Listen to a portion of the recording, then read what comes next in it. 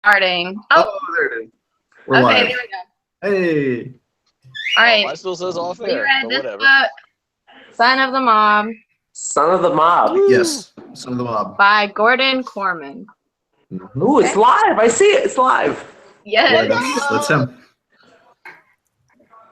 Okay. So we all finished it, right? Yes. Oh, yeah. All right. So my first question, so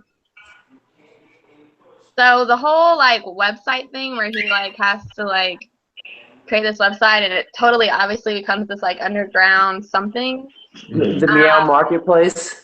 Yeah, like I personally was kind of like, okay, obviously it's something to do with your family, but he didn't realize it. What did you guys think about that? Did you suspect that I thought it it was blatantly obvious. No one sells a cat for $400 from Winn-Dixie. Yeah, like from the very first moment that came on, I remembered like, oh yeah, his brother took an interest in the website all of a sudden, and now this stuff is popping up. Yeah. And at the same time, he's being duped by Jimmy the Rat and that other guy at the coffee shop. Yeah. Do we remember that scene and how? Is that where they do the buying where Bitely thinks that he's a loan shark? Yeah, I think so. I think that's well, it's like, yeah, because I thought it was like guns. Like I thought they were like selling guns. That's what I thought too. Okay. But it was like, I don't know, it was like racehorses or something. So, yeah. That's my first question. It was a little different than what you thought it was going to be. Yeah. Absolutely. They try to get you there, but we were all kind of like, okay. Like, really?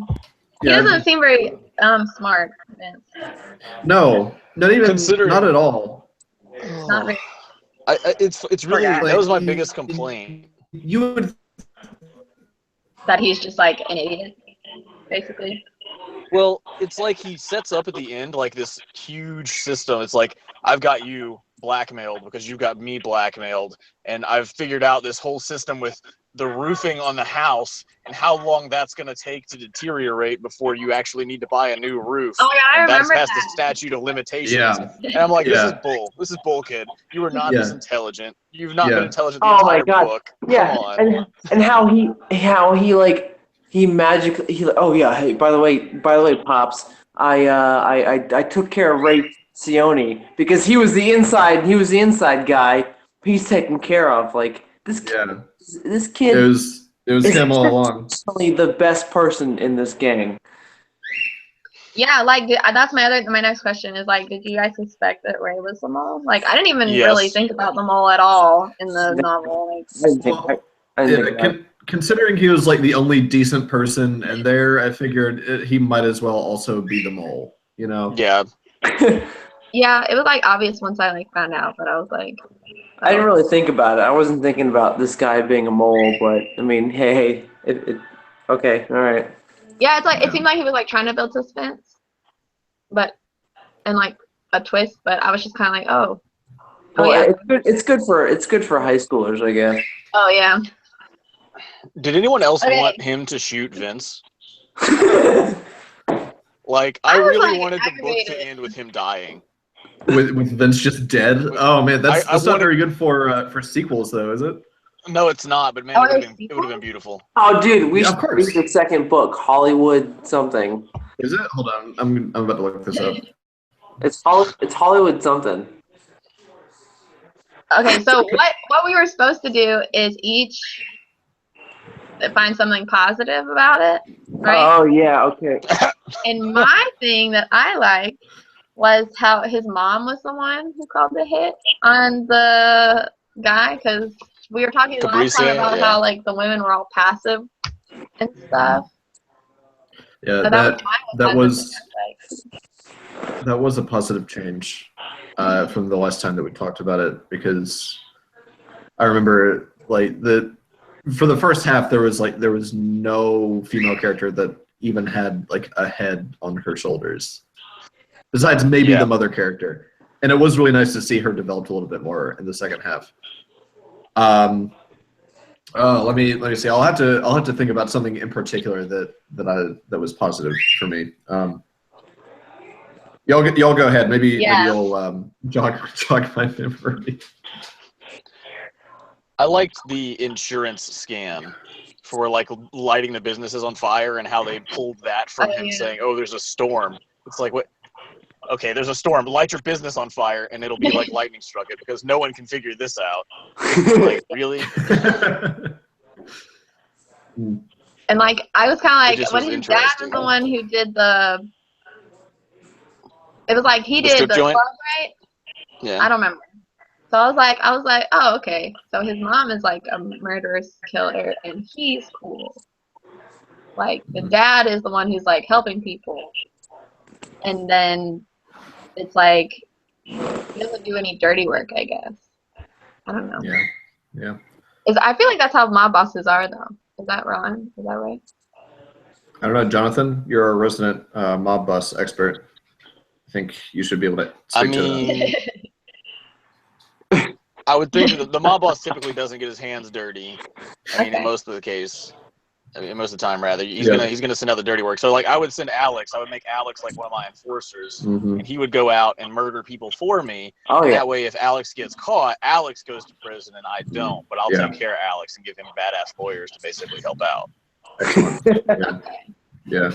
Well, yeah, and that reminds me of the whole uncles thing with the book, like all the what's that? Yeah, Uncle Pampers and all the different uncle characters and. Yeah. Some of their names and like some of the like smaller, more technical details of the writing I did enjoy. Like you could tell that the author like wanted to write something a little bit more complex, I think. And at certain points he tried to, but I don't know. The final product didn't really speak to me. I'll put it that way. Yeah, but there's a twist at the end, and that's what's gonna keep us going to read it, Yeah, I guess you're right. Yeah, I don't know if I would ever read a sequel to this so text. it's like 15 years old. And yeah. Wait, when was this book written? 2002. Oh, okay. So it's okay. 15 years old, back when I was in high school. Hey, you're old, dude. Oh God. James, how old are you? What's that? James, how old are you? I'm 22. He's the same age as you, Haley. Yeah. We were talking about age earlier, and like they're old. And Jonathan and I are both MATs, and we're a couple years older than the rest of you young folk. Young whippersnappers. Yeah, that's me. I'm a young millennial punk, and even I couldn't connect to discipline. Yeah, but like Dr. Seislinger responded to my blog post about this, and my blog post about this one was not generous. Yeah, but she repeated again that that the 15-year-old boys especially just loved this book to pieces. So she said the same thing to me. Yeah. Yeah. So I don't know, like, and y'all might have thought about this as well, but like how can I assign a book to read that I can't stand myself, and how do I put that aside and still teach it and let the kids get to it? Well, it's like it's when you're visiting a friend's house and they're serving a dinner and you don't like it, but you stomach it anyway and you tell them it's really good because it makes them feel better about themselves. It's about the same fucking thing. And then when they start going, like, if they do, they're like, well, this book kind of sucks. You can be like, why does it suck? Yeah. Have that conversation with a high school student. But, it's interesting. Like, I remember when I was in high school, I just assumed that every book that was on my teacher's bookshelf was a book that they liked, that they read and that they liked. Wrong. So I don't know. Like, I guess reading this has opened my eyes in that regard. Well, yeah, because they're going to have it's gateway books that are like, books that they think you're going to like. Yeah. Jonathan, you go ahead. No, I was just saying, I mean, it's a gateway. It's like a gateway drug to books. You get them in on the cheap end, and then you start trying to delve into the deeper end. Yeah. I mean, it's not the greatest text in the world. Obviously, it's not a classic for a reason, but it might be a gateway into a classic. I don't have one off the top of my head that I would probably assign with this. I don't think I would even assign this with Romeo and Juliet, actually, because I don't like. The ending is nothing like Romeo and Juliet, and I hate the comparisons that the characters try to draw between Romeo and Juliet throughout the text. Yeah. Can we talk about that? Yeah, at the very end, she says, "So, if they had lived," and he goes, "I guess they'd be like us." And, Part of me doesn't think either of them have read the text. Yeah, or the author, for that matter. Like, what for me, it was like, I think I picked this book because when we had that book pass, I read like the very first like 2 pages, and I was really interested initially. Like, I was like, oh, this is really good. So yeah, maybe that could be the one thing, if like it gets you into it, and then like it's such an easy read that like you basically burn through it in like an hour. Yeah, like might as well finish it, right? And you're right. The first chapter, at least for me, I thought was really good too. At least is the best part of the book. You know, before the plot got introduced, that part was, I think, pretty good. Am I being too negative again? Is that what's happening? No. Yeah, you're being a asshole. I'm being a negative Nancy. I apologize. Being an intellectual. I think. I mean, I think there's certain parts that the author did do well at. Yeah. I think the website plot line, the side plot line there, was interesting throughout the text because it kept you intrigued as to what was going on. It was well planned in a way. I wish it had more to do with the main plot. Mm-hmm. Like this huge side plot that goes on that doesn't really affect anything except for the very end, supposedly based upon a floppy disk drive being hidden in the eaves of a house. So I was like, 2002, my man, floppy disks. I was in 2002, and I promise we didn't use floppy disks. Don't give me that crap. Hey, when I was in 2nd grade in my computer classes, we had floppy disks that played games. I played like Math Blaster on a floppy disk. All right. Dude, we played LAN Doom Arena. Yeah. Oh, jeez. Oh, man. Oh, God. I think we're doing the thing. What's the that deviation? called? Yeah. Oh. Okay, so what do we think of the ending? Do we have anything else going? The ending? Yeah. Are you satisfied with the ending, or are you good with the resolution? No. Okay. I mean, I guess it's fine. It ends in the typical kind of YA, like where we're unsure what happens to them, which is fine. But the part that got to me was that he was so self-satisfied, and like near the end, whenever he told his teacher, a jerk to class the whole time. Oh, well, that's your problem. And then he walked out super happy with himself. I was thinking, no, it's actually yours. It's your grade. You're failed now. Enjoy college, but you're not. Yeah, but I guess that's the teacher's problem. Yeah. Oh goodness. But yeah, I don't know. That's what I thought. It's probably I thought pretty it was predictable. like I was like sitting there like, we just spent the whole book of him trying to keep his secret and to try to like keep it hidden and stressing about it and having this like panic attack at the mall, and then he just like decides, oh yeah, I'm dating an FBI agent's daughter and I'm cool with it now. And then it was like his dad just looked and he just like walked out, and like it was so anticlimactic to me that like they were just kind of like, oh okay, yeah, we're out now, like we're dating now. And it was like, what was the point of it all? Yeah. Oh boy. All right. So I thought that it was one of the most unrealistic endings to it because, I mean, she gets mad. She thinks he's the loan shark. She breaks up with him. That's basically it. I mean, and then after that, okay, sure, he does this whole charade where he does this nice little, I ousted Ray Francione, and I hid the floppy disk. Hey, do you think we can get back together? Like, it just doesn't work for me. It just doesn't work, mainly because it didn't work for me in high school, personally. And so I can't really see it. It was so anticlimactic, and it was such a letdown that it just, I finished this whole chapter, and I just thought, oh my god, now I have to read the second one, Hollywood.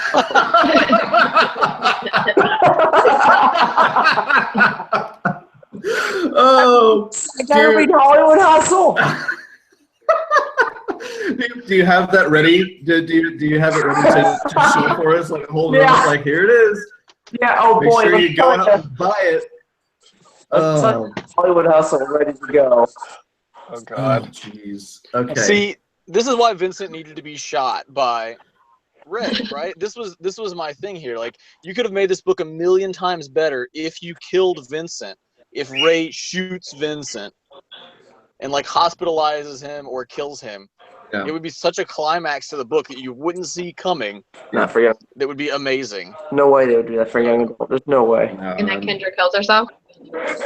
I mean, yeah, that didn't would make get- sense with the Romeo and Juliet thing, right? That would tie it to the R&J thing. Yeah.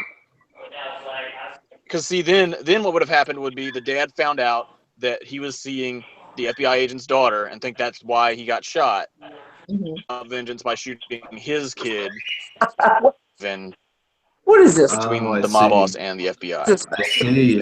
I think you've got a really nice fanfic brewing there. Jonathan. I think you should release I'll that. write it for you later. Yeah. I can help Alex out. That's like the bootleggers with Shia LaBeouf. That's what it sounds like to me. Oh man. All right, Haley, try to.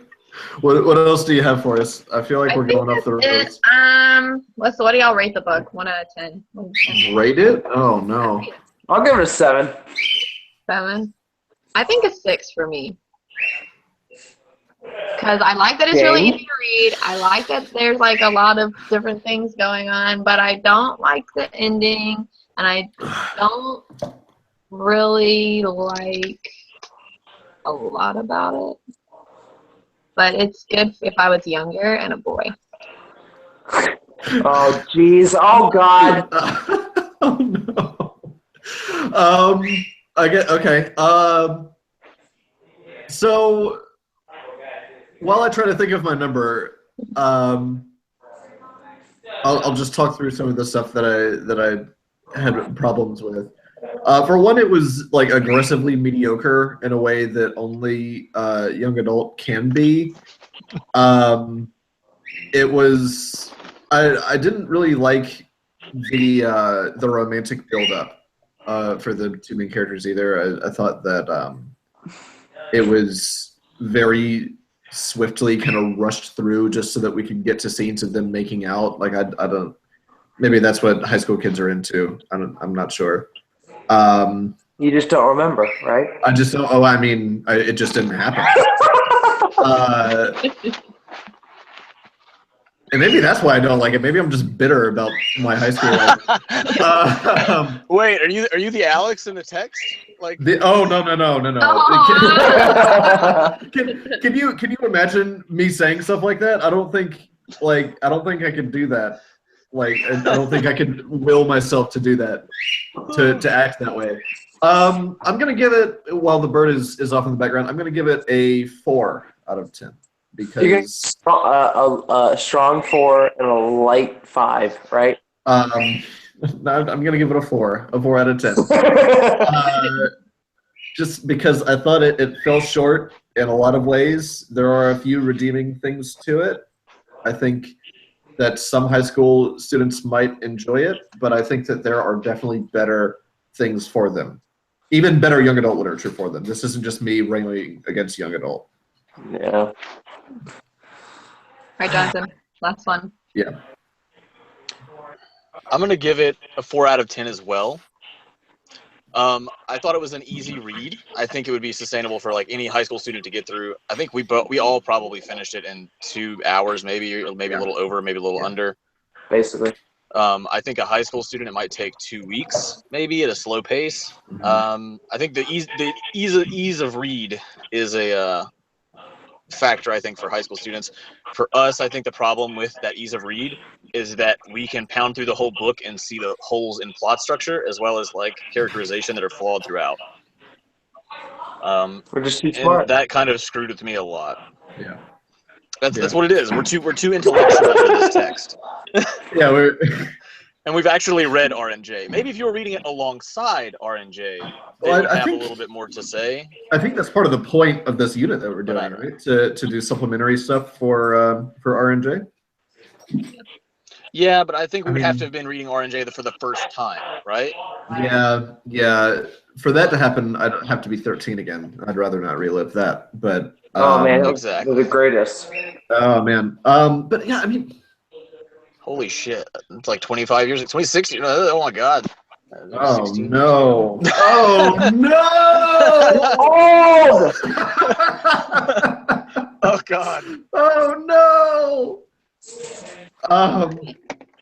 Why'd you See, do I- that to me, James? Sorry.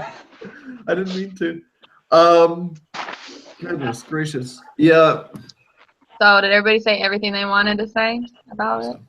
I think so. I think so. Any closing Basically. remarks? What's that? Any closing remarks? Anybody have? In closing, I thought you were saying something about Marx, and I was yeah. I was thinking Critical theory. it's not. See, easy, you nerd. Okay. Yeah, it was not that class. It's the other seminar that we're doing. Yeah. And if you don't have anything else for us, Haley, No. I think we're good. great. Yeah. This was very productive. I'm glad that we took the time. Yeah. I'm gonna go Yep. drink some more. Okay. Okay. What's that? I'm gonna drink some Hey, See you more. later, guys. Okay, no, alcohol doesn't exist. Bye. Man. We're high school teachers.